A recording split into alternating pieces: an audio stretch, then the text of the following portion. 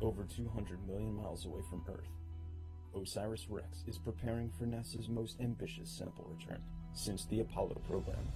After months of detailed analysis of Bennu's terrain, the team selected the Nightingale crater as the sample site for the mission. Osiris-Rex will need to carefully dodge rocky hazards as it descends to a space no larger than a few parking spots. The spacecraft has mapped the terrain in high resolution, capturing a stunning catalog of images across Bennu's rough surface.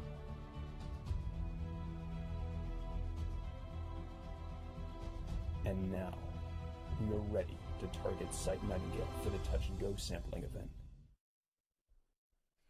In the dark voids of the solar system, drifting in between the familiar planets and their families of moons, are the asteroids. There may be 1 million, perhaps 2 million of these cold, dark rocks. But these small worlds are anything but dull. In fact, some of them are time capsules from the very beginning of the solar system, unaltered for billions of years. And in fact, the clues to how everything around us began, from the formation of the planets to the beginning of life itself, may be locked up in these asteroids. And tonight, a spacecraft from Earth is going to touch one, bring back a sample, and prepare the long journey back to Earth where we can analyze it. Welcome, everyone. I'm Michelle Thaler from NASA's Goddard Space Flight Center, and thank you for joining us. I'm speaking to you live from the Mission Support Area at the Lockheed Martin Space in Littleton, Colorado. As you can see, I'm struggling with my mask here a little bit. We're here to follow the sample collection for NASA's Osiris-Rex mission. This is an operation referred to appropriately as TAG. Now, remember that this is a historic event. Today's endeavor will be the first time the space agency has ever touched the surface of an asteroid, collecting a sample of this pristine ancient material, a scientific treasure far more precious than gold. Joining me throughout the show will be the principal investigator of the Osiris-Rex mission, Dante Loretta. Welcome, Dante. Thank you, Michelle. It's really great to be here today. I'm a professor at the University of Arizona, and I have the honor and the privilege of leading this amazing mission for NASA and really for the world. It's pretty amazing. So now the main event is happening in about an hour, and this is called TAG. Can you explain to us a bit why it's called TAG? Yeah, today we're tagging an asteroid, and TAG is an acronym that describes our sample collection strategy. We're going to send the spacecraft down for a short duration contact with the asteroid surface, anywhere between 5 and maybe as long as 15 seconds. So we call it a touch and go, or tag an asteroid. It actually is almost sort of like a quick touch, a tag. It's a very good way of putting it. Exactly. Yeah, absolutely. So there's lots of asteroids out there. We talked about the fact that there are a couple million. So why have we selected this particular one to sample? Yeah, the target of our mission is called Asteroid Bennu. And when we were designing the mission, we had to consider both engineering constraints and, of course, our science objectives. And when we looked at the capabilities of our spacecraft, we knew we needed to go what was called a near-Earth asteroid. So we were basically looking at its orbital properties and its location within the solar system. We needed an object whose orbit was pretty similar to the Earth so that we could launch off of our planet, rendezvous and spend some time at the asteroid, and then leave and bring this precious scientific cargo back to Earth. Absolutely. And then from the science perspective, we're really answering some fundamental questions. Why are we here? Why is Earth a habitable planet? How did the origin of life occur? So we wanted an asteroid that we thought was rich in water, that may have brought the oceans to our planet, and also rich in carbon. We're looking for the organic seeds of life that may have led to evolution as we know it today. And this is really an amazing point, our connection to these asteroids. So what you're saying is that some of the organic compounds in my body, some of the water in my body right now, may originally have come from asteroids. Almost certainly. The Earth was accreted from these asteroids. Bennu is a remnant that survived that process, but it's the geologic history of our solar system that's locked inside this body. Absolutely. Now, there are many other asteroids like Bennu in the solar system, and of course there are some that are even larger. Over the last decades, we believe we have found nearly all of the potentially dangerous ones. Oh, we'll pause. OREX natural feature tracking system has resumed processing. Position uncertainty is 1.6 meters. Excellent. So getting back to my point, we know there are others out there that we have not yet detected. You know, in fact, just this past August, a truck-sized asteroid missed the Earth by less than 2,000 miles, and nobody even knew it was headed our way until it already passed us by. So for our survival, it's essential that we understand what's out there in our environment in space. And this is one of the main objectives of the Osiris-Rex mission. we'd like to go out and meet Bennu before something like Bennu comes and meets all of us. So Dante, what can you tell us about this idea of planetary defense? So as a result of Bennu having this optimal orbit for sample return, it also is what we call a potentially hazardous asteroid. Because its orbit literally does cross the orbit of the Earth, and there's a probability about 150 years in the future that Bennu may in fact impact our planet, creating a natural disaster. So Osiris-Rex is really trying to study Bennu's orbit very precisely. We know that sunlight actually influences the trajectory of these small asteroids, and we're studying that phenomena, how it interacts with the asteroid surface, and ultimately how it's going to allow us to assess the impact risk that Bennu poses to the Earth. Absolutely. So the idea of planetary defense isn't just an intellectual exercise. It's something that NASA takes very seriously. A little later in the broadcast, we're going to talk with some people more about protecting the planet from surprise visitors from space. So back to Bennu. We have a lot of exciting stuff to share with you about this tag operation, from how it works to why this overall mission matters so much. And you can be part of this too by joining us on our social media platforms. I'd like to introduce James Traley at our social media desk. James. Yeah, thanks, Michelle. My name is James Traley, and I'm a producer at NASA Goddard Space Flight Center. And today, I'm joining you on social media to share the excitement of the Osiris-Rex mission and this incredible sample collection event at Asteroid Bennu. To join us today, you can use the hashtag #BennuAndBack on Instagram, Facebook, and Twitter to join the conversation and share the excitement with all of us here. You can also follow the mission's Twitter account at Osiris-Rex for live updates as we make our tag attempt.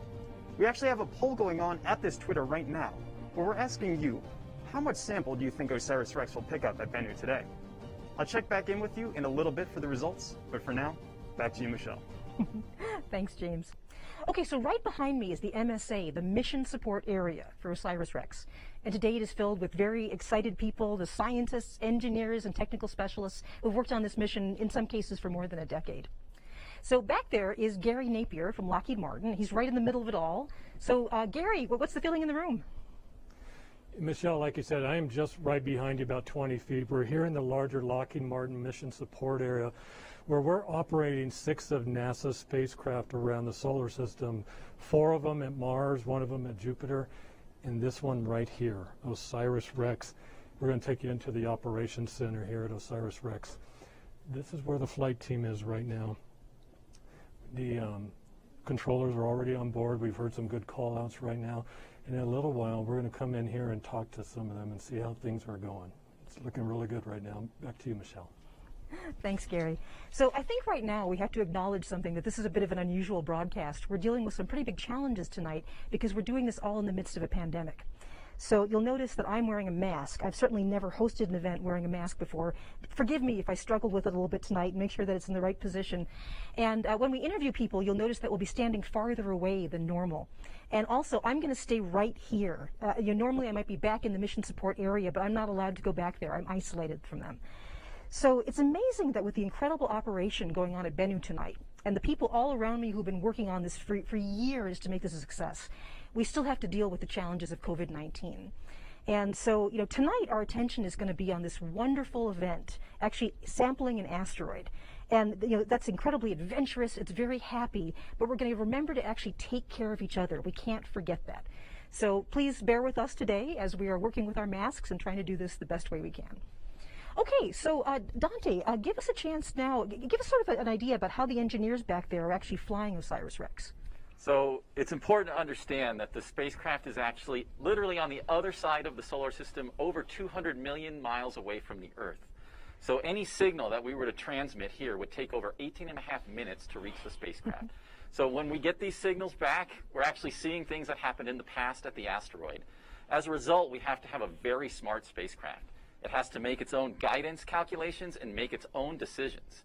And in fact, instead of getting high data back, we're only getting a very low data rate, what we call breadcrumbs, just key pieces of information from the spacecraft that tell us when key events have taken place in the tag sequence. OREX has processed its next image. Position uncertainty is 0.9 meters. So that's an example of the kind of information that we're getting back from the spacecraft. It's got its onboard natural feature tracking system, which we're going to hear a lot more about today. Absolutely, yeah. All right, so I guess after that, we are dealing with, actually the tag event itself, but I understand that we're not going to be able to see images tonight in real time, that we have to wait a while. Why is that? The images take a lot of data to bring back to the bring back from the spacecraft to the Earth. And since we're on that low data rate, what we're using today is this real-time simulation that we've put together. So what we're seeing here, and we'll be referring to this throughout the broadcast tonight, this isn't any kind of real information from outer space. This is what we expect the spacecraft to be doing. So it'll let us know when key events are programmed to take place on the spacecraft and to be received back on Earth. There may be some lags in communication, but this is going to really help us visualize what's actually happening at Asteroid Bennu. So when will we expect those first images? So everything's going to play out at this very low data rate through most of the broadcast today, and then the spacecraft has to back away from the asteroid surface, it has to cool off, it has to get back on its solar arrays, and then it's going to turn that high-gain antenna to the Earth this evening, and we expect images to be coming in overnight, and we hope to have some great information for everybody by tomorrow. I'm really looking forward to those images. People around the world are. So at this point, the spacecraft has left its home orbit, and it's on its way to the sample site. And every minute now, we're drawing near to that moment when Osiris-Rex touches the surface of Bennu. So while we're waiting, let's check in with James at our social media desk. Yeah, thanks, Michelle. So a few days ago, we actually hosted a Reddit AMA with a few of our scientists and got a lot of fantastic questions. We wanted to recap a couple of them for you right now. So our first question asks, how is it possible to map such a tiny speckle in the sky? Do you have any detailed images that you can share? Do you really see the landing site, or is it all based on measurements of some weird properties and calculations? So yes, our first observation of Bennu actually came from right here on Earth, from the Arecibo Observatory in Puerto Rico. This huge radio telescope gave us a basic understanding of the rough shape of Bennu, this kind of strange top-like shape that you see right here. As Osiris-Rex was actually out in space and began making its approach closer and closer to the asteroid, it used its suite of onboard camera instruments to actually image the surface in increasing detail. Bennu grew in detail from just a few tiny pixels on our screen to this super high-resolution world that you see right here, littered with giant, rugged boulders. Another question from Reddit is asking us, let's see here, as it loads in, yes. So, would it have been feasible to have a robotic arm pick up a rock? Would a single rock have been better than 100 tiny grains of sand or ice? So the team had originally designed Osiris-Rex to sample on a nice, flat, sandy-like surface. But as you just saw, Bennu is not at all like that. It's super rugged and filled with giant boulders. So the team had to work with what we had designed for, which was that flat, sandy surface.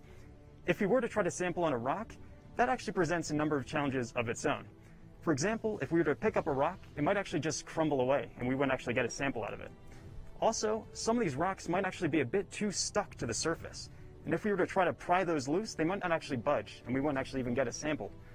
So, these are all things that the team has to consider when designing something that's going to be operating millions upon millions of miles away from us here on Earth. So for now, back to you, Michelle. Thanks, James. We'll be back to you more for later. Okay, now, I have been a Star Wars fan nearly all my life, and in one movie, Darth Vader said, rather famously, that asteroids do not concern me. But that is certainly not true for us this evening. We are all about asteroids here at the Mission Support Area in Littleton, Colorado. And we are bringing you live coverage of our attempt to collect a sample from the asteroid Bennu. Now, Osiris-Rex is a one-of-a-kind spacecraft with an extraordinary team of engineers and scientists charting unexplored places. It was launched on September 8th, 2016. The vehicle has traveled over 2.2 billion miles on a complex route to reach Bennu. It's scheduled to deliver its precious cargo back to Earth in 2023. So now let's take a closer look at Osiris-Rex. Over 200 million miles away from Earth, NASA's Osiris-Rex spacecraft is preparing for an ambitious sample collection attempt at asteroid Bennu. Before it makes its approach to the rocky surface, let's take a look back at some of the incredible firsts for this mission, which almost seem like something out of a Hollywood movie. This is the first asteroid sample return mission for NASA, and it could be the largest return from space since the Apollo astronauts brought moon samples back to Earth. While getting set to grab a sample, Osiris-Rex has set not one, but 2 Guinness World Records. Its first for the smallest ever body orbited, and its second for the closest orbit of a spacecraft. This tight orbit has brought the spacecraft so close to Bennu that Osiris-Rex's onboard cameras and laser altimeter have been able to image and characterize the asteroid's surface and shape better than Earth, our own moon, or any other celestial body. Osiris-Rex has imaged Bennu down to 5 cm per pixel resolution, providing us with an unprecedented view into this rocky and boulder-filled world.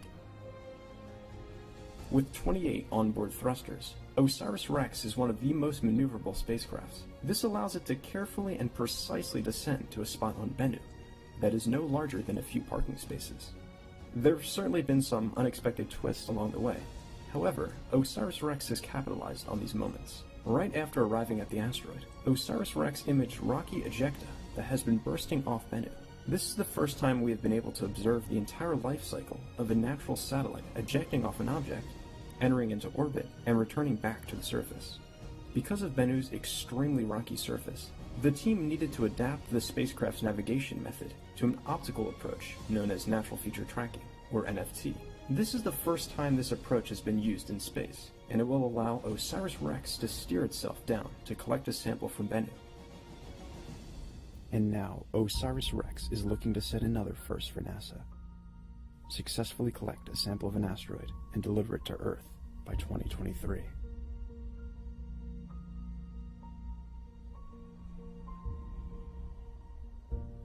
Welcome back. If you're just joining us, I'm Michelle Fowler from NASA's Goddard Space Flight Center, and with me is Dante Loretta from the University of Arizona. And you are here with us on a historic evening. It will be NASA's first sample return from an asteroid, the attempt to actually sample the asteroid Bennu. The spacecraft Osiris-Rex is descending toward Bennu right now to take a sample and return it back to Earth. So Dante, let's talk more about this real-time simulation that we're looking at. Yeah, it's been an exciting day already, Michelle. We're well over 3 hours into the tag sequence, which is the pre-programmed set of commands that are already on the spacecraft. Earlier, we departed our orbit around the asteroid, so we're flying over the sunlit side of the asteroid, taking images for the onboard guidance system called natural feature tracking. A couple other key events that have taken place already is the spacecraft has deployed its robotic TAG-SAM sampling arm, so the arm is ready, in position to collect that sample. And we've turned on and started collecting science data from one of our science instruments, the Otis Thermal Emission Spectrometer. The spacecraft has already moved into its second natural feature tracking attitude and is getting onboard positional updates as we speak. And I can tell you, everything is going exactly according to plan right now. It looks really good. Oh, it's been an exciting day. So Osiris-Rex has traveled more than 2.5 years as it navigated its way to this delicate orbit around Bennu. And once there, it began mapping the surface, one of the many tasks it and the engineering team have been conducting since it arrived. And there have been some challenges and surprises, too, correct? Absolutely. I can tell you already the science return from Osiris-Rex has been phenomenal and rewritten a lot of things about what we know about asteroids. I'm going to talk really about 3 of some of the most interesting results for me. First off, we learned literally about 1 week after getting into orbit that Bennu is what we call an active asteroid. It is ejecting particles from its surface. These particles are coming off at relatively low velocities for the most part. They're actually going into orbit, spiraling around the asteroid, providing some excellent science, allowing us to map out the gravity field of this small body at an unprecedented detail, way beyond what we expected to do. The other thing that we saw right away as we were approaching is that there was some generally dark black surface as expected, but there were these really bright boulders that were shining like beacons to us. And as we trained our science instruments on there and characterized their mineralogy, we were actually able to link them to another asteroid called Vesta, one of the largest asteroids in the solar system, and actually the target of NASA's Dawn spacecraft, which did a phenomenal job characterizing this target. And this just shows you that these asteroids are exchanging pieces back and forth as they collide into each other and shoot their particles off into space. OREX has processed its next image. Position uncertainty is 0.6 meters. Wow. And I would say, back to the science, the final result that really is important from this mission is we did expect this asteroid to look sandy and beach-like. And that was based on the thermal properties as determined from telescopic observations from Earth. And we got there, and we used the Otis and our OVIR spectrometer to map and produce a thermal inertia characterization of the entire surface. And everything turned itself upside down based on our models. The areas that we thought would be beach-like based on thermal properties turned out to be the largest boulders on the asteroid's surface. And the more fine-grained regions turned out to have what we call this higher thermal inertia, completely opposite of everything we expected, propagating a lot of great science as a result. And so when you mentioned that there are these bright rocks from Vesta, does that means that Bennu was once in the asteroid belt between Mars and Jupiter? That's right. Bennu is currently a near-Earth asteroid, but it's a recent wanderer into the inner solar system. We actually think it's fragments of a much larger asteroid that was catastrophically disrupted maybe 1 billion years ago. Wow, that is so cool. Thank you so much. Okay, now as challenging as it is actually getting to Bennu, capturing a sample of the asteroid is something else entirely. And the team needed to develop this remarkable system. The Osiris-Rex mission has been in development for almost 20 years, with the engineers and scientists developing new technologies and strategies to accomplish something that's honestly never been done before. And this is particularly challenging because Bennu has such a weak gravity field. So when you think about going into orbit around something, how do you orbit something where the gravity can't grab you and actually push you into orbit? It's all about flying the spacecraft. It's also very difficult to take a sample in a very low gravity environment. So thankfully, we have the mastermind behind the device that's going to take the sample tonight, Lockheed Martin's Bo Bierhaus. Welcome, Bo. Thank you, Michelle. It's great to be here. Okay, so let's talk a bit about why working in this low gravity environment makes it tough to get a sample, because you might think sort of at first you could just take like a robotic claw or a robotic arm and scoop something up, but that's not going to work in these conditions. That's exactly right. The microgravity of Bennu provides a challenge of sampling that we don't normally face on Earth. You can imagine trying to use a shovel or a scoop on Earth, and the ground pushes against you, but the gravity keeps you on the ground. On Bennu, the surface gravity is thousands of times lower than on Earth, so if you pushed a shovel or a scoop into the ground, you'd push yourself right off the surface. So we had to come up with a technique that worked with this very low gravity. We also had the challenge of uncertainty of the mechanical properties of the surface. And both of those things made landing a challenge. We wouldn't know how to grapple particularly well in this material. So we had to come up with a technique that worked in the microgravity environment and that could work in this tag architecture, this touch-and-go architecture of just a few seconds long. Now, I understand you have brought some models with you, both of the spacecraft and of the instrument that will be taking the samples. So show us what you've got here. That's exactly right. So this is a scale model of the spacecraft. The arm is extended in the sampling position. Partway down the arm, you can see 3 gas bottles. We'll use one of them today. This has high pressure nitrogen gas, which passes down the arm into the TAGSAM head itself. And here I have actually a full-scale TAGSAM. It's actually a device that we used for collection testing on Earth. The gas comes down. I don't have the tubing here to show you, but the gas comes down to the center of the TAGSAM, is split into 2, and passes underneath the head. There is now a high-pressure bubble of gas underneath the head that is mobilizing material, much like wind blows dirt on a dusty day on the Earth. And we're surrounded by the vacuum of space. So the gas there's a high-pressure gas underneath TAGSAM, and it will escape into the low-pressure environment of the vacuum of space surrounding it. And it does so through this screen around the entire perimeter of the TAGSAM head itself. But while the gas can escape, the screen traps the material safely inside. It's one of these sort of brilliant things about engineering for space is to have things that are really, really rigorously built and they can't break easily. And so there aren't even any moving parts here, and you're using the vacuum of space itself to provide the pressure to collect the sample. That's exactly right. When we were first designing this device many years ago, we were thinking we wanted to keep it as simple and as robust and as foolproof as possible. We didn't want any mechanisms, we didn't want any electrical devices. The entire collection is driven by the dynamics of the gas itself. So once the gas is released from the bottle and travels down the arm, the gas does all the work. That's so cool. So what size particles are we talking about collecting here? Well, TAGSAM is designed to collect 2-centimeter particles, and I have some examples here to show you. So this is a 2-centimeter sphere. It's about the same diameter as a nickel. But of course, most geologic materials aren't actually perfect spheres. Most geologic materials are irregularly shaped. OREX has processed its next image. Position uncertainty is 0.5 meters. Oh, that is fantastic. Excellent. So we're going where we need to go to get this material. So most geologic material is irregularly shaped. So this rock is actually about 4 centimeters long in its longest dimension, but we were still able to collect this in a test on Earth. And that's because even though it's 4 centimeters in this dimension, you can see that it's much less than 2 centimeters in that dimension, or even 2 centimeters in the other dimension. So while we're limited in one direction for 2 centimeters, as long as the other 2 directions are less, we can actually collect much larger particles into the tag SAM head itself. Well, excellent. So I understand we have some animations queued up to give us a sense of what's going to happen on the asteroid tonight. Sure thing. So what you're seeing is the spacecraft descending at a leisurely 10 centimeters per second to the surface, 15 times slower than walking speed. It contacts, the spacecraft senses contact and fires the gas. The gas mobilizes material underneath the tag SAM head. That gas escapes into the vacuum of space through the perimeter, and materials collected inside the tag SAM head. The spacecraft fires its thrusters and backs safely away from the surface of the asteroid. Well, thank you for the tutorial, Bo. I mean, clearly the science community is going to be very excited to study whatever tag SAM collects. So thank you so much. Thank you. It's wonderful to be here. Okay, well, speaking of all the important the thing that's happening in less than an hour, right now, before we get any later, it would be a good time for us to get a tour of the Nerve Center here at Lockheed Martin Space in Littleton, Colorado. Right behind me is the Mission Support Area, or MSA, and that's where Osiris-Rex team members are keeping an eye on the spacecraft right now. So let's send it over to Gary. What's going on, Gary?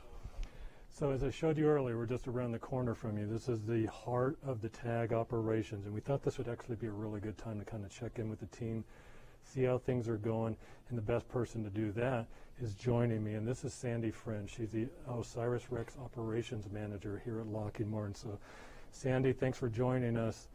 How's the team doing?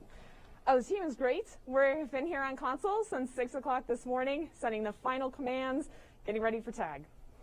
Really cool. I know there's like 40 people on your overall flight team, but it seems like there's about 20 of them here right now. Maybe kind of give us a little idea of who some of these folks are and what they're doing. Yeah, absolutely. So this is the amazing OREX team. You can see all of our subsystems here on console, monitoring their telemetry. Like you mentioned, we can't have everybody in here. We do have many team members supporting from other conference rooms in the building, and some even from home. So let's talk about a couple of the positions we have in the room. In the back corner over there is Dale Howe. Dale is our tag phase lead. You've been hearing his voice calling out events as they complete on board the spacecraft. Here in the center area, we have Curtis Miller. Curtis is our NFT lead.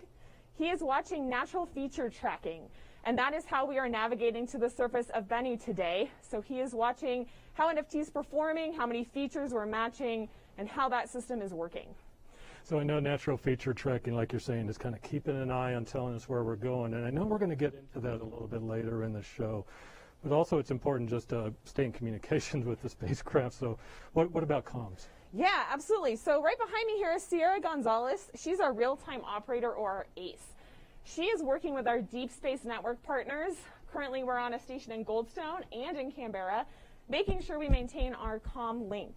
And our comm link is only 40 bits per second, so we're just bringing down that key information, but Sierra's here to make sure we keep that link going and our station operators informed. And right next to her is Estelle Church, and Estelle is our systems coordinator for this event.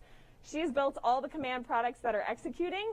She's keeping an eye on how everything is progressing on board the spacecraft, talking to all of our subsystems here in the room, and making sure things are going just as planned. Very good. I know you yourself have actually been on this project for quite a while, even back to development. I mean, how are you feeling tonight? No, actually, I'm excited. I feel like we've done everything we can to make this successful, and I've been on this mission for 7 years, so I've watched it go from a spacecraft on paper to being built in our high bay to launch and everything here. And yeah, I'm excited. My kids were excited this morning, and we are ready. Right on. That's so fantastic. So we're going to let you guys get back to it. I know we don't want to interrupt too much. Sandy, thank you so much for joining us. And I know that folks around the world are paying attention to this right now. We're seeing a ton of social media coming in. So let's go over to James on the social media desk and see what some of those conversations are about. Yeah, thanks, Gary. It's awesome to see the team over there in the MSA. You can really feel the energy in the room, especially after every call out from Dale. And right on cue. OREX is slewing to the tag attitude, the third and final natural feature tracking attitude. All right, so we're inching ever so closer down to the surface of Bennu. But today we also want to hear from you. So you can check in on live updates at our Twitter account at Osiris-Rex, or using that hashtag to Bennu and back across social media to get in on the conversation. In the meantime, a question I had when I first started covering the mission is, how do you even begin to prepare for a mission of this scale? I mean, when I first heard about Osiris-Rex, it really seemed like something out of a big budget movie. But this is a reality. We're actually going to be trying to sample on an asteroid. To put things into perspective for you, Bennu is about the size of the Empire State Building. That's really small for an object and makes it exceptionally challenging for us to orbit something with such a weak gravity field. And that sample site we're going for today, Nightingale, it's just a few meters in width, which is about the size of a few parking spaces. So just take a step back for a second and put yourself in the shoes of some of those engineers on this mission. And imagine trying to park a spacecraft on an asteroid 200 million miles away in a space no larger than a few parking spots. As if parallel parking on an asteroid isn't hard enough, imagine also trying to dodge hazards like rocky boulders and all kinds of things as you're making your descent down to collect a sample. And on top of that, the team has actually programmed the spacecraft to steer itself down to the surface. It's truly incredible, this mission, and all the foresight that went into it. It really blows my mind. We actually have a couple questions coming in from Twitter, and a lot of people are actually asking about our fuel usage for the mission. This one question is asking, how does the craft have enough fuel to return back to Earth from the asteroid? So we're looking to bring that sample back in 2023, and Osiris-Rex's thrusters are actually powered by hydrazine, which is stored in a container on the spacecraft. We're tapping into a little bit of that fuel today, on the order of maybe tens of grams, not a lot, because as you remember, Bennu has this microgravity environment, and it just requires a little bit of thrust to kick us in the right direction to collect a sample. That return trip back to Earth, that's a bit of a different story. We're going to be using a lot more fuel for that. But don't worry, the team has thought way ahead and has packed more than enough fuel to get us back here safely in 2023. But there's a lot more to come, and I'll check back in with you in just a minute. Back to you, Michelle. Thank you, James. Okay, so let's take a quick look at the simulation to see where we are. As you notice with the simulation, the spacecraft has its arm extended now and is on a slow path toward the surface. So as we get closer to the moment of contact, the drama starts to happen in slow motion. And this is to maximize precision and minimize unintentional surprises. So, speaking of surprises, there is one big aspect of the Osiris-Rex mission that's all about preparing for the unexpected. And joining us to discuss this is NASA Planetary Science Division Director, Lori Glaze. Now, Lori, you have kind of a dramatic specialty and a responsibility that comes with your position at NASA. You actually worry about things like planetary protection. Yes. Planetary protection or planetary defense is sometimes what we call it, defending our planet from potential impacts. And Bennu is in a special class, and I think Dante spoke about this a little earlier, that Bennu is actually a near-Earth object, or a NEO. And a NEO, or near-Earth object, is an asteroid or a comet that orbits the sun, much like our planets do, but they're slightly unusual. Osiris-Rex has reached the third and final natural feature tracking attitude. The spacecraft will hold this fixed attitude until tag. Excellent. Great news. So back to NEOs. Yes. So NEOs are somewhat unusual in that their orbits bring them within the vicinity of Earth's orbit. The technical definition of a NEO is something that comes within about 30 million miles of Earth's orbit. And asteroids actually come close to the Earth all the time. 1 or 2 per week actually pass in between Earth and the Moon. But most of those are really small and not dangerous. But asteroids of a much bigger size that could actually do damage to the Earth's surface if they were to impact, they can pass by Earth closer than the Moon about once per month. And that's why it's really important for us to find them as early as possible so we can track their orbits, study their characteristics, and if necessary, we can mitigate a potential future impact threat. And that's where a mission that we're building now called the Double Asteroid Redirection Test, that's where DART comes in. And DART is going to launch in next summer, 2021, and it's going to test something we call the kinetic impactor technique. That could be used one day to help us mitigate a future potential impact threat by bumping an asteroid ever so slightly that's on a collision course with our planet into a slightly different orbit so it misses Earth. Just a little bit is all you need. Just a tiny bit. So, I mean, that is really exciting. Now, I also understand that not all of the asteroids in the solar system are the same. There are different sorts, and NASA has some upcoming missions to study these different kinds of asteroids. So tell us a bit more about that, please. Absolutely. Yeah, we know that the majority of our asteroids are found in the main asteroid belt between Mars and Jupiter. And in fact, we have a mission that's going to launch in 2022. It's called Psyche. It's going to visit one of the biggest asteroids in the asteroid belt that's actually called 16 Psyche. And this mission is going to arrive in early 2026 and help us better understand if this asteroid is potentially actually the core of a planet-sized object. We also have other types of asteroids called Trojans that are clustered in two groups that lead and trail in Jupiter's orbit due to a balancing act of the pull of both Jupiter's and the Sun's gravity on them. NASA has a mission to those Trojan asteroids called Lucy. It's going to launch next fall, about a year from now, and it's going to go visit several of these Trojan asteroids. We have a new mission called Janus, and we selected this mission through our Simplex small mission program line. This mission is going to send actually two small spacecraft, very small spacecraft, to two binary asteroid systems and help us understand what it is that makes these binary asteroid systems different from one another. And so studying this full breadth of these diverse small worlds will continue to help us fill up the knowledge gaps of how our solar system actually formed and evolved over time. So it seems with all these missions coming up, we're sort of in a golden age of asteroid exploration. But then there's this other aspect of the Osiris-Rex mission, which is the sample return. And it turns out that we're also beginning this golden age of sample return to it, and not just to asteroids. You're absolutely right. And we're really excited about all of these samples because they're so precious and there's so much science we can do with them. In addition to Osiris-Rex, we're also partnering with the Japanese Space Agency on their mission called Hayabusa 2, which is actually already on its way back, bringing a sample from Ryugu. They're going to be coming back to Earth in December. We're also partnering with Japanese Space Agency on another mission of theirs that's going to return a sample from Phobos, which is one of the two moons of Mars. And then finally, at the end of this decade, we're going to send a mission to Mars to retrieve the samples that are collected by the Perseverance rover, which is really truly our first astrobiology mission from NASA. And it's focused on looking for finding potential life, ancient life, on Mars.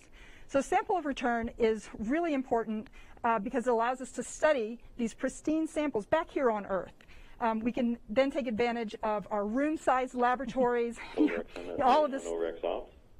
OREX has begun moving the solar arrays to the Y-wing configuration to avoid possible contact with the surface during tag. Great news, moving right along. So when we bring the samples back, this allows us to use all of the laboratory capabilities that we have here on Earth. We can use the full suite of the scientific instruments that we have at our disposal to help us better understand the sample, their compositions, and the history of the body from which they came. And also having the samples back here on Earth allows us to preserve them for future generations to come and allows their future explorers to analyze the samples using techniques and instruments that haven't been invented and to ask questions that we don't even know to ask yet. That is just so cool. I mean, your life is all about how we navigate unknowns. This is something that's happening in real time around us tonight. So it's reassuring to know that there's an organized plan that you're in charge of to help take some of the uncertainties out of at least one dramatic category. So Lori Glaze, thank you for joining us this evening. So good to see you. Thank you so much for having me. I just want to add that it's been fantastic to watch the Osiris-Rex mission so far, and I'm really, really excited for what's ahead tonight, and I want to say congratulations to the entire team. Thank you so much. Thank you. Now, asteroids are not easily navigated. They're hard to see, they have low gravity fields, they're dark and rocky, and traveling around the solar system where everything is moving rarely means traveling in a straight line. Let's take a look at some of the big challenges the team has faced to get to this point. As we started to approach Bennu from a distance and it started to fill up the camera field of view, it looked exactly like we thought it would, with a few boulders sticking out. But as we got closer, we expected to see a very sandy surface with maybe a few boulders here and there. And what we saw is very little sand. And we saw these mountains, we saw boulders, we saw rocks, and we saw very few areas that had this sandy surface that we were expecting and what we had designed to.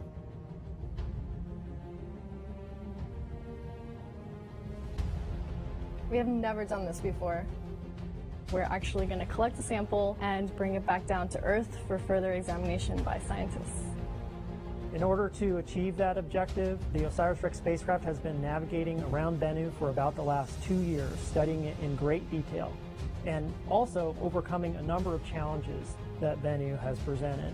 We were looking for locations on Bennu that were 50 meters in diameter, relatively flat, and covered with fine-grained material. And by fine-grained material, I mean stuff that's the size of a dime or smaller. We realized that there were no sites on Bennu that even came close to meeting this criteria. Everywhere we looked was too small and covered with boulders. So we actually had to fly a number of additional close passes over the asteroid and rethink our entire plan for grabbing the sample.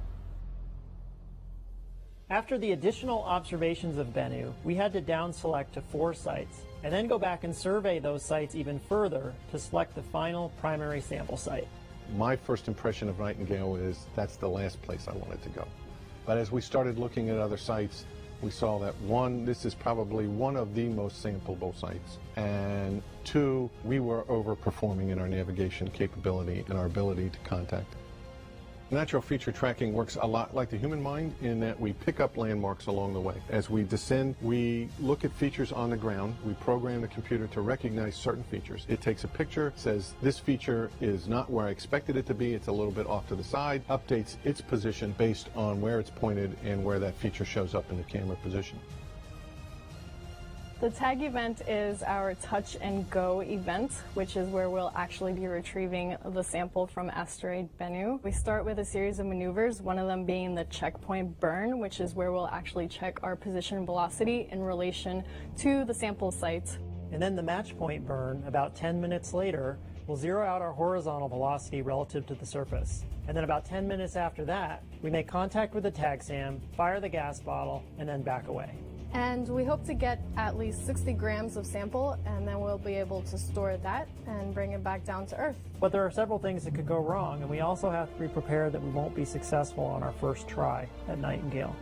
We don't only get one shot at tag, we actually have 3 nitrogen bottles on board the spacecraft, so we can potentially do 3 tag attempts if needed. We go through several what-if scenarios, and this is how we actually prepare for a lot of our contingencies. So we've had to look all around the surface and identify the rocks and boulders that if the spacecraft were to tip over up to 25 degrees, it could come into contact and be damaged. We had to develop a hazard map, which we program into the computer and says, if you're getting too close to those hazards, we'll do a wave off, we'll back away from the asteroid, and we'll come back and do this another day.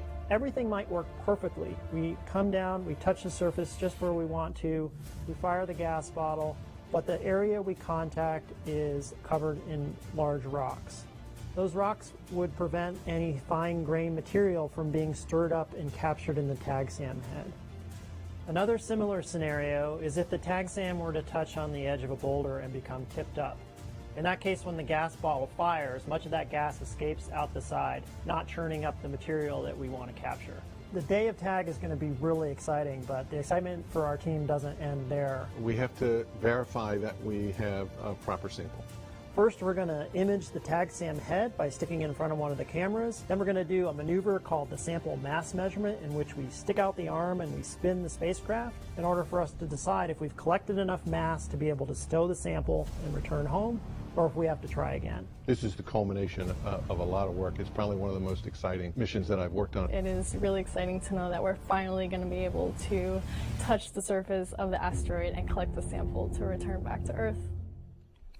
So step back for a moment and realize that tonight's events are exceedingly rare and historic. Humanity has only landed on a few different bodies in the solar system, and actually retrieving a sample is even more rare. So luckily with me tonight are some of the people that know better than anybody all the challenges that it took to get here. So let me introduce Mike Moreau. Mike is the Osiris-Rex Deputy Project Manager at the Goddard Space Flight Center, and Coralie Adam is Tag Navigation Manager at Kinetics Aerospace. So welcome, Mike and Coralie. How you guys doing? So excited. So excited. We're less than a half hour from tag now. Yeah, you can feel the energy all building. So I should mention at this point that it's possible, you've been hearing this before, cheers from the MSA. So can you give us a sense of what's going on right now?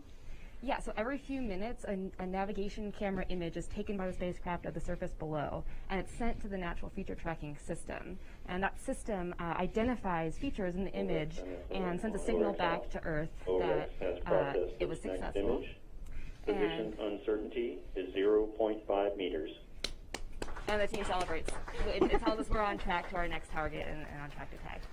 Absolutely. So now, clearly there's a lot to talk about in terms of the mission, but once again, you had to do all of this in the midst of this COVID-19 pandemic. So were there any mission expectations that changed? How did you deal with that? Yeah, for sure. I mean, as the whole world was coming to grips with the pandemic in the March timeframe, this team was in the midst of preparing for our first tag rehearsal, the checkpoint rehearsal that would take the spacecraft only 65 meters above the surface. So we had to rethink the entire way in which we were going to do that rehearsal with only a skeleton crew here in the building and with many of our team members remote, as Sandy mentioned before. Today we have people literally all over the building monitoring, also at Goddard Space Flight Center and at the University of Arizona watching this event today. But thankfully we got through checkpoint rehearsal in April and match point rehearsal in August.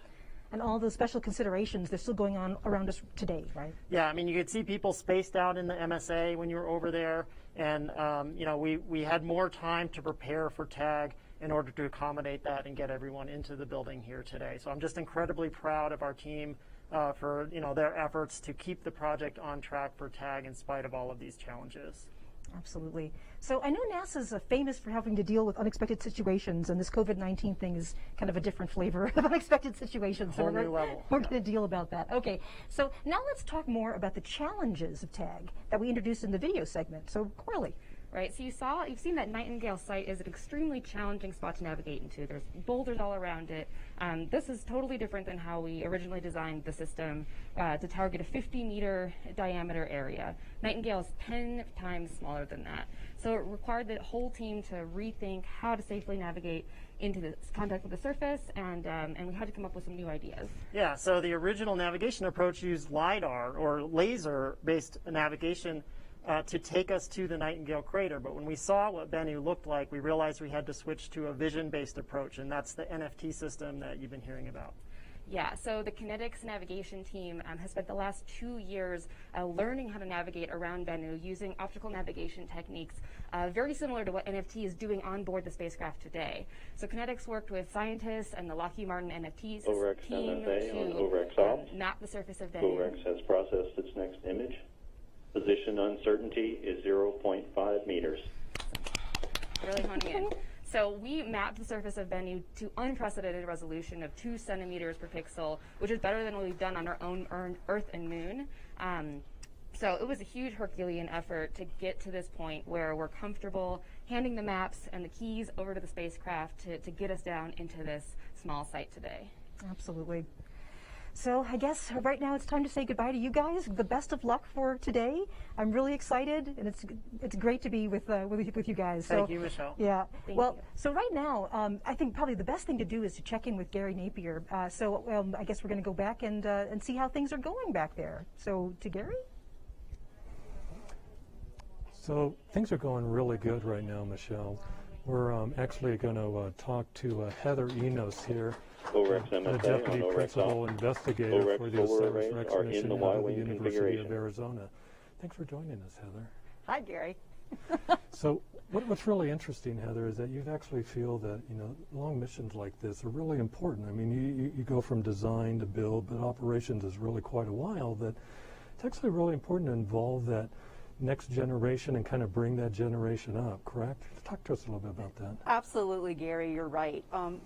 All the way back from when we started planning this mission, Osiris-Rex, we recognized it's a long duration mission.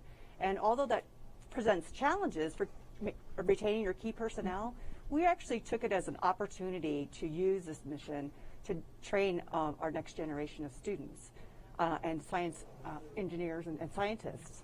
A good example is we had one of our science instruments is called Rexus. It's an X-ray spectrometer built by a team of students at MIT and Harvard. So real hands-on. That's really interesting. I mean, I understand you also have some folks that actually were students and came onto the team later?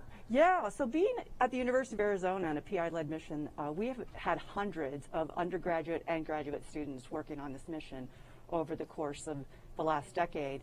And 2 of our students that started off as students are actually 2 of our navigation team members. That's Dan Wibben and Eric Sarr. Wow, so they're on console. They're on console right now. Yeah, they are. At this time, NFT has so computed the checkpoint and matchpoint burn updates to correct for errors in the trajectory accumulated since orbit departure. Checkpoint burn in 2 minutes. So checkpoint turn in 2 minutes. We're going to throw it back over to Michelle, because I know this is an important update for her. So Michelle, thanks. Back over to you. Thanks, Gary. Well, absolutely. So, Dante, tell us what this important milestone checkpoint means. This is a really important part of the mission right now. So we've been hearing about natural feature tracking and how it's processing these images. MSA on OREX ops. OREX has processed its next image. Position uncertainty is 0.46 meters. Right, so what it's doing with that information is it's calculating how it's going to fire its thrusters for this checkpoint. When we left orbit, we were on a trajectory that would take us over the surface of the asteroid, and if nothing else happened, we would safely fly past Bennu. Once we fire the thrusters for the checkpoint maneuver, we're actually going to start descending down towards the asteroid surface, so this means we're going to be on our way to make contact. So natural feature tracking has been doing nothing but calculating this maneuver since we started taking images.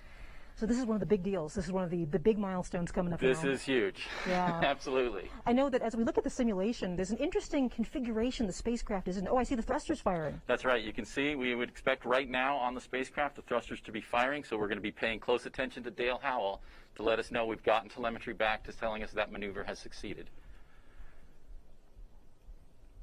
In the meantime, if you want to tell us a bit about the configuration it's in, go ahead. Yeah, we heard Dale call out earlier that the spacecraft was in the Y-wing configuration. There we just reconfigured the solar arrays to get them up away from the asteroid surface, basically to protect their active areas from any dust loading that might be kicked up during the tag event. It's another excellent Star Wars reference. That's right, always. You can also see here in the simulation the Nightingale sample site, now down in the lower corner here. This is our target. This is what we're trying to get into with that spacecraft. So. Now, it looks like there's a lot of boulders around that. Yeah, as we've said, generally the surface of Bennu is rough and rugged and covered with boulders. Nightingale really does stand out as a pretty unique, interesting area on the surface. How you doing? Doing pretty good.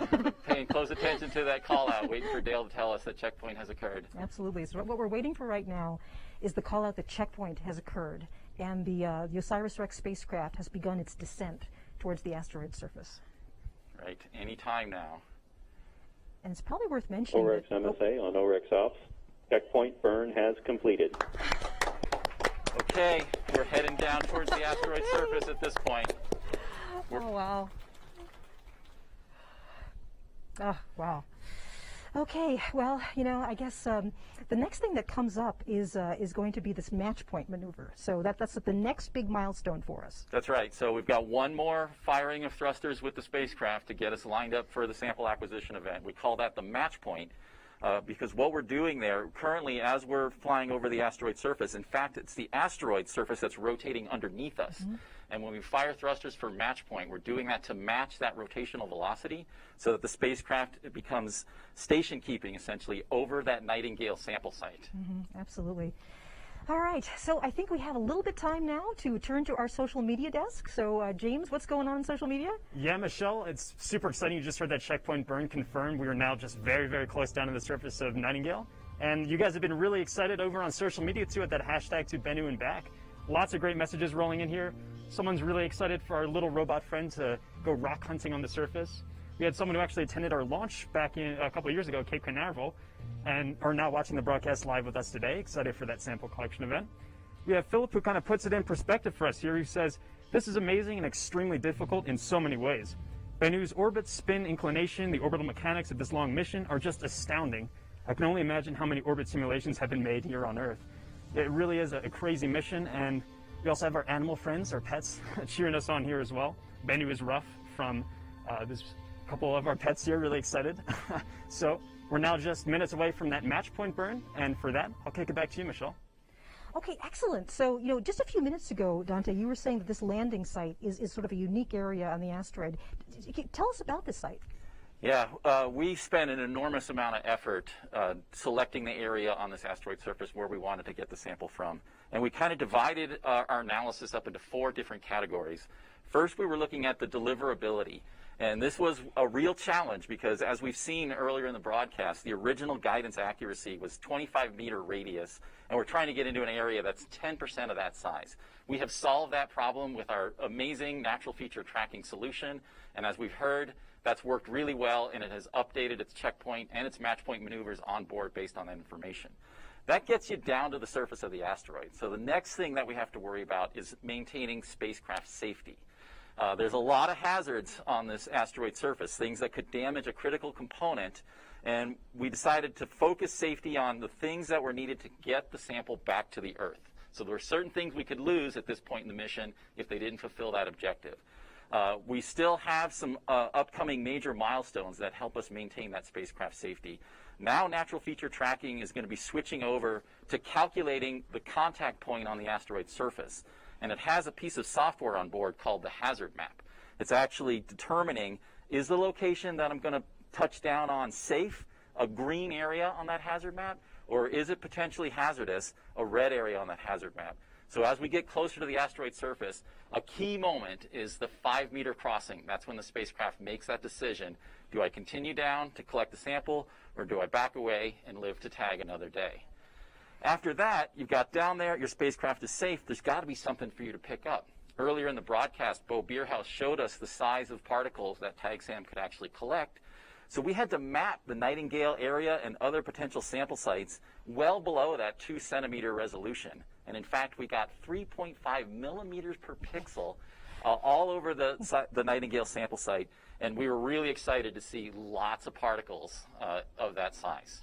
And then, of course, the final parameter that we were looking at was the scientific value. And I can tell you the good news is any sample from Bennu is scientifically valuable. We've seen these hydrated clay minerals, we've seen organic molecules, carbon-bearing minerals all over the surface of the asteroid, exactly the kind of material that we're hoping to bring home. So I understand the next big milestone we're looking for here is something called match point. That's right. So what happens at match point? Match point is the final maneuver that the spacecraft performs by firing its thrusters. And that's where we become centered over the Nightingale sample site and begin that final descent down to the asteroid surface. And the spacecraft is solely focused on its safety calculation and the decision on whether or not it's going to proceed down to collect that sample. Of course, the amazing thing about match point is that the asteroid itself is actually rotating. So when we go to match point, the spacecraft has to match the rotation of the asteroid so it comes directly down onto it. That's right. So how fast is Bennu rotating? Bennu has a rotation period of 4.3 hours. So that's basically the length of the day on the asteroid. On Earth, the rotation period is 24 hours, which is why a day on Earth is 24 hours long. So that translates, because Bennu's a pretty small object, as we've seen, 500 meters, or about the same size as the Empire State Building. At the equator, the surface is moving at 10 centimeters per second. And it actually gets slower and slower as you go to higher latitudes. By the time you get to the North Pole, it's 0. Nightingale's pretty far north, so it's actually much lower than 10 centimeters per second. And that just kind of shows you the delicate precision nature of this mission. You know, we've got to get very low thrust maneuvers, very delicate, very slow approach to the asteroid surface. Everything kind of happens in slow motion when you're operating in a microgravity environment like Bennu. So what's the next critical milestone after match point? After match point, we're going to be looking for the natural feature tracking system coming back online, taking those images and additional correlations and precision on its knowledge of its position. And we might expect it to actually jump up. We've been hearing natural feature tracking uncertainties on the order of ½ a meter. It may go up a little bit as it goes through. on ORX Ops. ORX natural feature tracking system has resumed processing. Position uncertainty is 1.6 meters. So you can see there we went back to 1.6 meters. That's because we went through the checkpoint maneuver. So whenever you impart a thrust like that, it adds uncertainty into the system. And we're seeing that with the natural feature tracking system right now. That is so exciting. Okay, so we're going to introduce, actually, the Associate Administrator of NASA, Dr. Thomas Zurbuchen. Thomas, thank you for joining us. So glad to be here with all of you. It's an exciting time, Thomas. Happy birthday. Thank you. Yesterday, that's right. Yesterday's his birthday. Yeah, that's right. Happy birthday. So, I guess, everybody here is aiming for this point in time called this TAGSAM, but it turns out that there have been a lot of friends, a lot of colleagues that have helped get us to this moment. So, who's been along with us on this journey? Well, look, I mean, there's a number of course, domestic partners, many of them around here. You talk to some of them, but there's also international partners, and the Canadian Space Agency provided the laser altimeter, which is an important instrument here. And of course, we have a partnership with JAXA. What we're going to do is actually share the samples from Ryugu, from Hayabusa 2, with Osiris-Rex once it's back for maximum science, and that's really what international partnerships are about. So this is a big mission for NASA, but it turns out that there are many different kinds of partners in a mission like this. Give us a sense of the range of partners that we have. Well, look, I mean, it starts with the University of Arizona. That's where the leadership is, and with you there and your entire team. But NASA Goddard Space Flight Center is a critical partner with managing, of course, especially also working with Lockheed Martin, who really, with that team deserves a lot of credit, and Kinetics, which was already introduced, as well as many others. If you really look, so often missions like that touch many, many states around the United States. Absolutely. So, Thomas Zurbuchen, thank you for joining us, and we will see you later on in the program. How do you feel, man? I'm pretty excited. This is the final 10, 12 minutes here for contact. I feel really good. The team's in high spirits. As you and I talked about earlier this week, we have done everything possible to make this today a success. Exactly right. And your mind is already out there, and the spacecraft is already on the way out in real time. Can you imagine that, right? It's good actually to point out whatever has happened with TAG has already happened. We're well past that 18.5-minute one-way lifetime. Absolutely. Hey, congrats. Let's continue doing this. Yeah, we'll see you later. Thank you, Thomas. Yep. Oh, wow. Okay, so we're coming up, I know, on the critical point of match point. So at what point will we know that we really have a sample? That's a great question. We're not exactly sure what's going to happen right away. We'll know if we made contact with the asteroid surface today. We'll know if the gas bottle fired, and we know that we backed safely away from the asteroid. But we actually have a lot of work to do over the next week or so. We'll take a look at the images that we were acquired during contact with the asteroid surface, and then we'll go into a different imaging campaign. We're about 30 seconds from match point, so we're going to keep our ears open for that critical call out from Dale. OREX MSA on OREX Ops. OREX has processed its next image. Position uncertainty is 1 meter. All right, we're back down to a meter positional uncertainty. That's great news. So back to sample verification. We will, after we're well away from the asteroid and everything has kind of settled down, we have that robotic arm. We're actually going to use that to put the TAG SAM head into the field of view of SAMCAM. And we can look not only at the top of the sampler head like we're going to get with the images today, but we can actually turn it around and we can look at the base of TAG SAM. We have, in addition to the gas stimulation, we have contact pads. Simply by making contact with the asteroid surface, we think we can pick up fine-grained particles less than a millimeter or so. But basically, we're going to be looking for any evidence of asteroid material on or inside the TAG SAM. Now, obviously, you don't want to go all the way back to OREX Earth without... MSA on OREX Ops. Match point burn is complete. All right. We're heading down. We've got about 10 minutes before contact with the asteroid surface. Oh, wow. So I was about to say, so obviously you don't want to head back to Earth with not much sample. So how do you know how much sample you actually got? There's an incredibly clever physics experiment that the team has designed here called the sample mass measurement. So what we're going to do is we're going to place the spacecraft arm out to the side of the spacecraft. So when it's in sampling configuration, it's actually pointed above. For this, we point it out in the other direction, and we kind of spin the entire spacecraft around. And we're measuring a property called the moment of inertia. We have actually already done this prior to initiating the TAG sequence today. So we know what that property is when the TAG SAM head is empty. Now we're going to be able to do it, hopefully, when it's full of asteroid regolith. So we're only looking for small differences in this property as a result of this experiment. And the precision, just like everything on this program, is phenomenal. We're talking tens of grams of precision on a measurement on a spacecraft hundreds of millions of miles away that just picked up this asteroid sample. The minimum that we're looking for is 60 grams, or about 2 ounces. MSA on OREX Ops. Attitude control system has transitioned to touch and go mode. Right, spacecraft's getting ready to make contact with the asteroid surface here. So the sample mass measurement will tell us if we have 60 grams or more of material, and that'll happen on Saturday later this week. Excellent. Okay, Dante, this is it. You know, the engines have given us a push in the right direction, and Osiris-Rex is on course to make touchdown on an asteroid. So we're going to listen to the flight controller calls from MSA, but before we actually touch the surface, it's a great time to visit our social media desk again. So, James, what's going on? Yeah, thanks, Michelle. So you've been hearing those call-outs from Dale over the loudspeakers about those NFT images processing. It'd be awesome to actually grab a camera and make the trek out to Bennu to photograph it up close in person. But, you know, as we've mentioned, Bennu is a little bit far away from us right now, on the order of 200 million miles away. But don't worry, here's something Osiris-Rex can deliver to you right now from the comfort of your own home.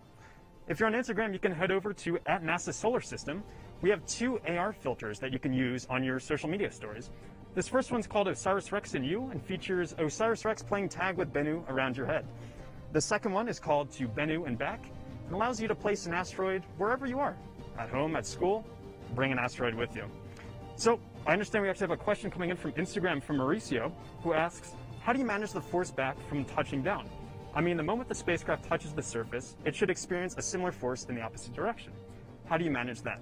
Well, thanks Mauricio. So the team actually thought ahead for this one when designing that sample arm. They actually added this spring-like mechanism to it that you can think of a bit like a pogo stick. If that sample arm were rigid, when contacting Bennu, it would stop its downward motion, and when firing the gas bottle to stir up a sample, we would just kick right back off into space, as Bo Beer has.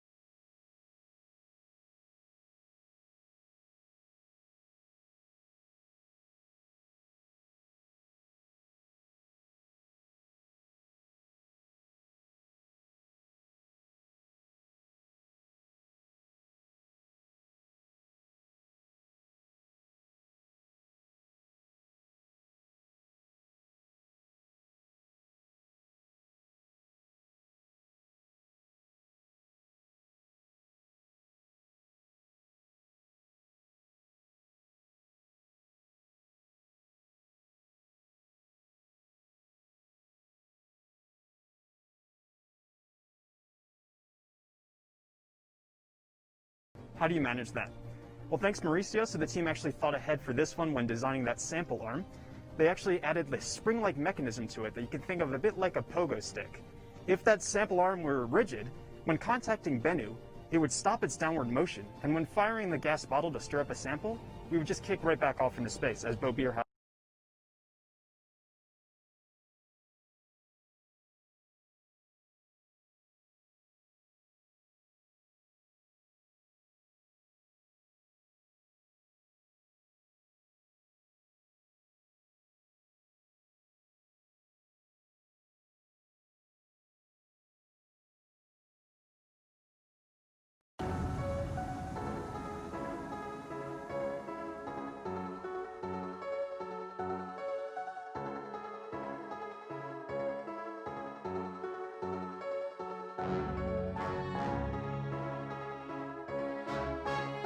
Added this spring-like mechanism to it that you can think of a bit like a pogo stick.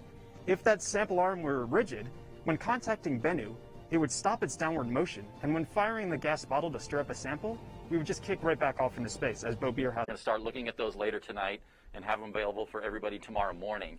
So this is just a simulation of the field of view of the SamCam, the sampling camera, part of our OCAM's camera suite. It has a clear shot of the TAG-SAM collector right in the middle of its field of view. You can actually see the lower end of the TAG-SAM arm here. OREX MSA on OREX off. OREX is descending below 25 meters. Okay, we're getting really close. And I want to remind you, it's the 5-meter crossing. Yeah. That's the really critical one. We're only a couple minutes away from that. So the spacecraft has one key decision left to make.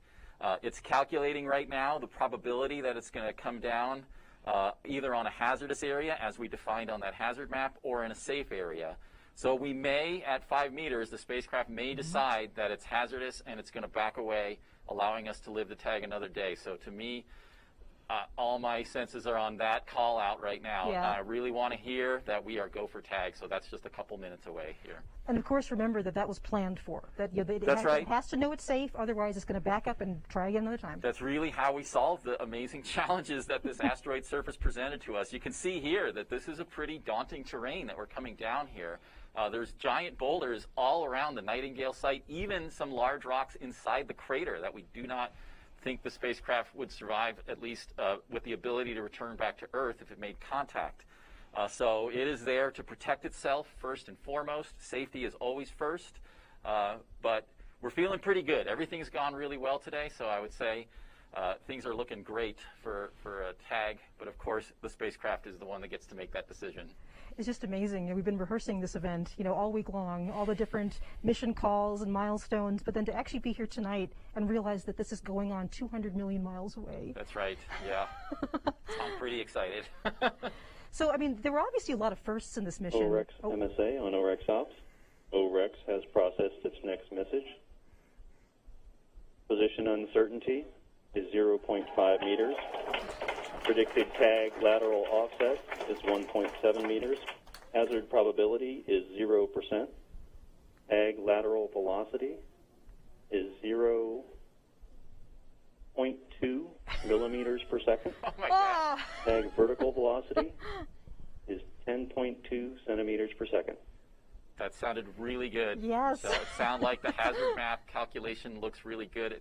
That we're coming down in a green area. We're going to make contact with the asteroid surface.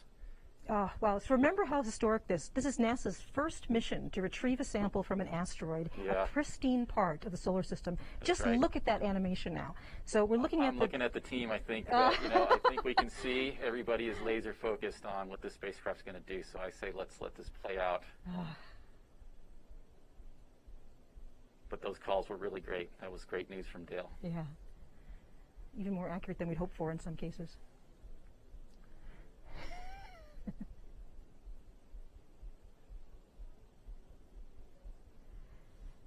Everybody seems happy. Yeah. So I guess, there were obviously a lot of firsts in this mission, and there was a time when you said, a lot of what ifs, basically. I mean, what if we could actually send a spacecraft to an asteroid? What if we really could bring back a sample of the solar system from billions of years ago? Did you remember where you were when those what if questions? OREX MSA on OREX Ops. OREX has descended below the 5-meter mark. The hazard map is go for tag. Contact expected in 50 seconds. We're going in. We're going in. Touchdown declared.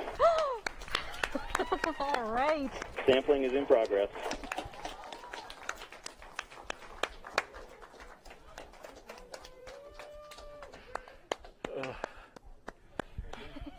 Oh my gosh, we're there, folks. That was amazing. I mean, I don't know if you saw the team here, but they just kind of blew up. They went from being steely-eyed to like celebrating the Super Bowl. So, it's all good. This is amazing. So congratulations, everybody. I know that Dante and Dr. Zabrukin are right here. And Dante, you somehow got over here pretty quick. I sure did.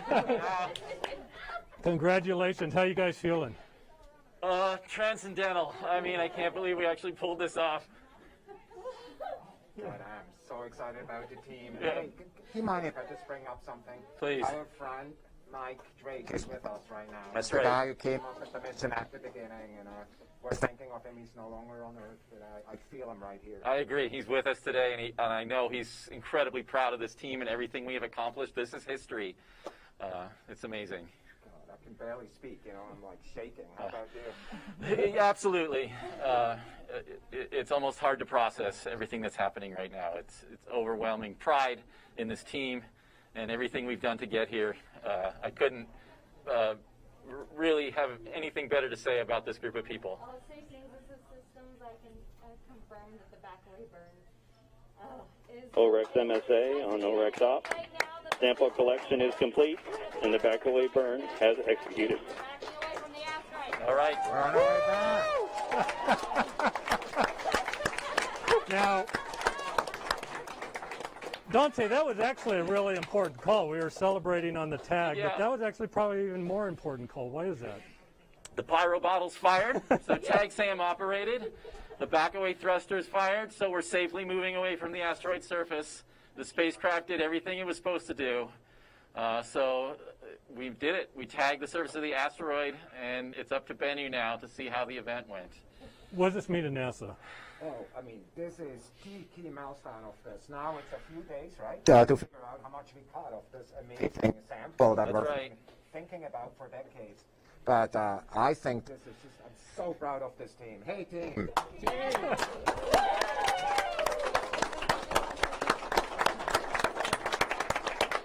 Oh, my goodness. Oh, my goodness. Well, I got to tell you, this has been a fantastic day, a fantastic journey. We're so proud of both of you for being here and supporting that team. We're going to get back over to the stage and Michelle, but some really good news. So back to you, Michelle. Thank you. This is one of those moments we're all aware of COVID-19 because I want the hugs and the high fives and everything, but we're all going to keep each other safe.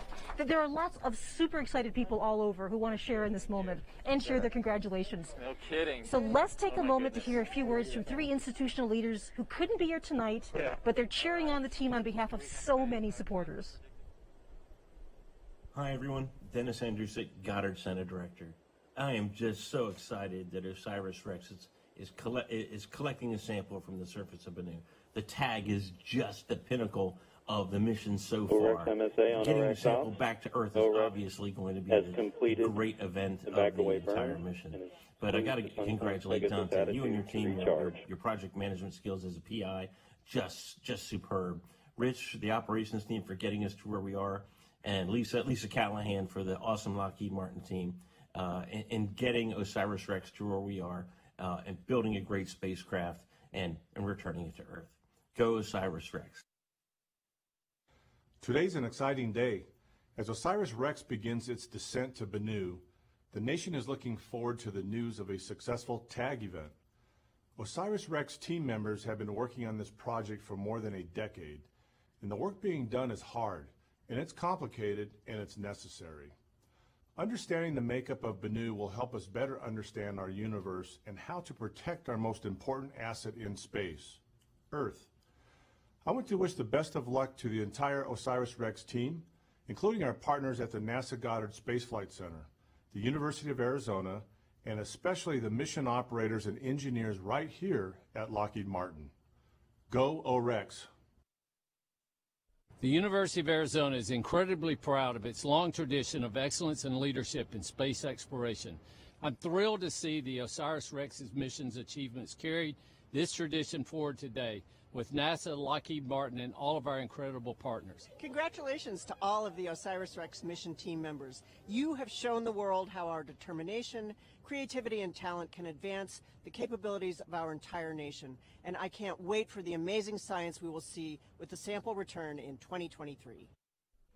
Okay, well, we are here live after some excellent news. I'm here with an exultant Dante Loretta from the University of Arizona. So one more time for our audience out there, explain when we know we'll have a sample. A little overwhelmed right now, Michelle, I have to say. It's been pretty intense several minutes here.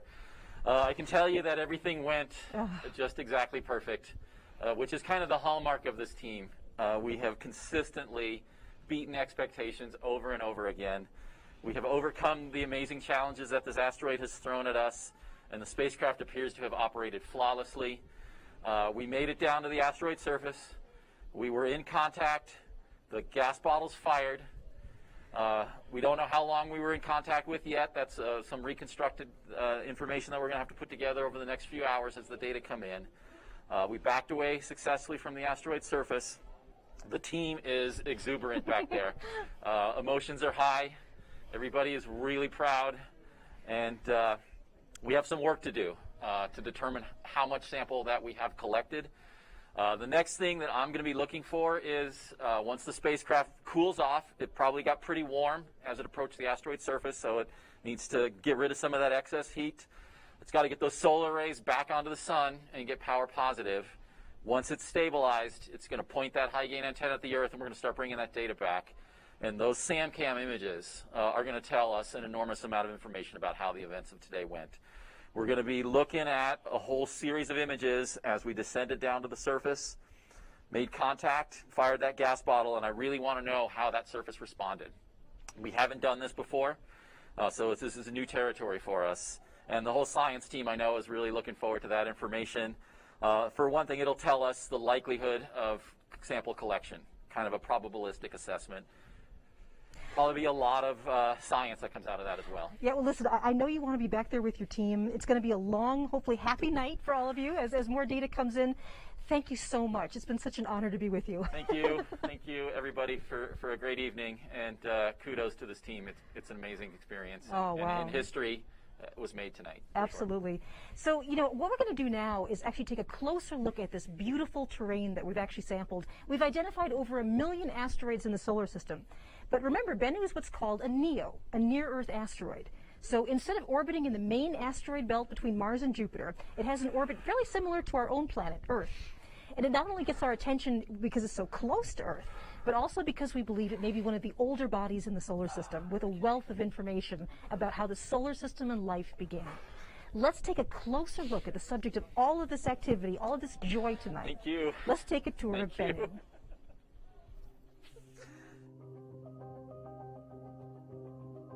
In December 2018, after traveling for 2 years, 101 days, and over 1.2 billion miles, NASA's Osiris-Rex spacecraft arrived at its target, near-Earth asteroid Bennu. Osiris-Rex is the first mission to explore this primitive remnant from the origins of the solar system, designed to study the asteroid and return a sample to Earth. Bennu is a dark, diminutive world, roughly the height of a skyscraper, and now the smallest body to be orbited by a spacecraft. Prior to arrival, it was known to have low thermal inertia, a characteristic of fine-grained materials like sand.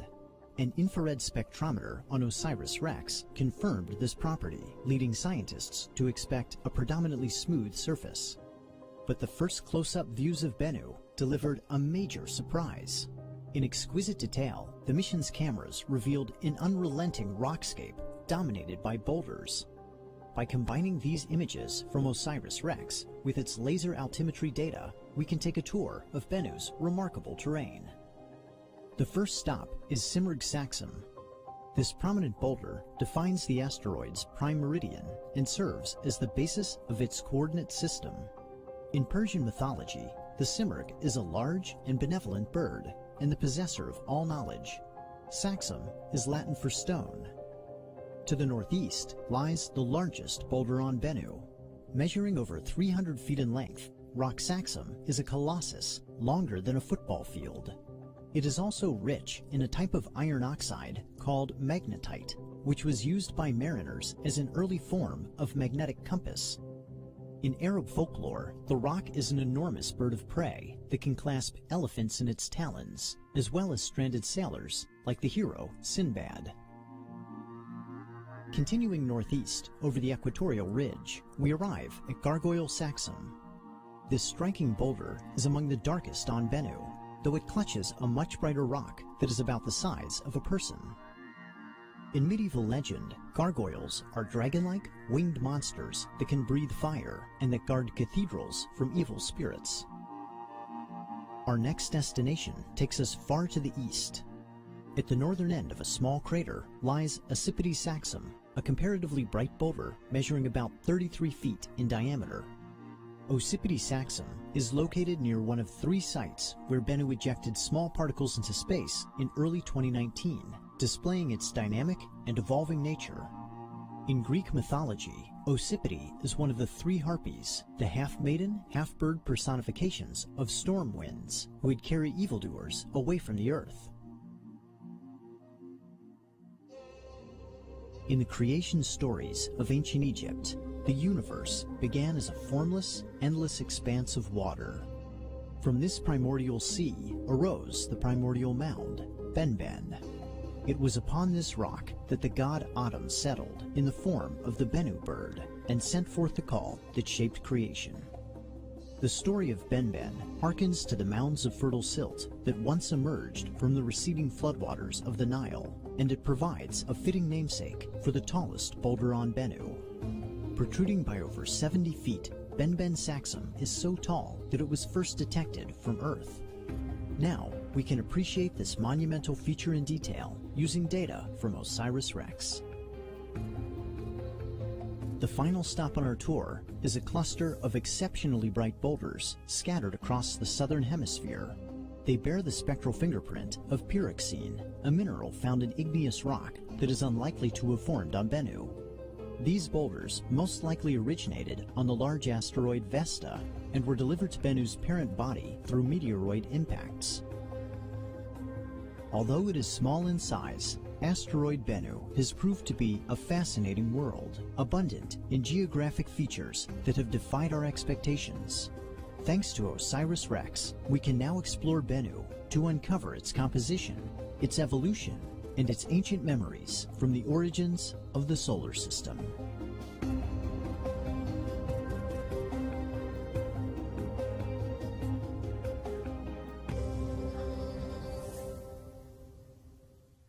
And if everything has gone right tonight, a little bit of Bennu will be coming back to Earth in 2023. So let's get one last visit with our social media desk. James, what's going on? Yeah, Michelle, I've got goosebumps. I really can't even begin to fathom that we just tagged and collected a sample from this asteroid 200 million miles away. I know I'm going to want to relive the events that just unfolded tonight. I'm sure you will as well. So once again, we have that 360 video up on our NASA Goddard YouTube page. Go check it out and put yourself right where the action just happened a couple minutes ago. It's truly mind-blowing stuff. I also want to check back in with that Twitter poll that we put out at the beginning of the broadcast. And we were asking you how much material you think we just got from Asteroid Bennu. So remember, we're looking for at least 60 grams, but that sample container can hold up to 2 kilograms. So you guys are saying that a candy bar size of sample? I like the optimism. Let's hope we actually pack that container to the max and bring all the sample back home. But any sample we get back is truly magical and will help us learn more about the solar system and our origins here. So keep at us on the hashtag to Bennu and back. We're excited to keep this conversation going as we look to bring that sample all the way back from Bennu here to Earth in 2023. So back to you, Michelle. This is one of these evenings where it's such a privilege and a pleasure to be working for NASA and for the idea of scientific exploration. So what we've been doing all evening is seeing the joy, seeing these people that have worked on this for decades. But you have to remember there's a real reason we're going to look at these asteroids. We think we actually might be coming back with a baby picture of what the solar system was like, of what our chemistry was like billions of years ago. We're looking for our own origins out there, and that's why we've gone so far to bring a bit of Bennu back. This has been an incredible evening. The adrenaline is slowly beginning to slowly go down, and there's going to be a lot of celebration and a lot of work in the coming hours. So from Lockheed Martin Space here in Littleton, Colorado, I'm Dr. Michelle Thaler. Good night.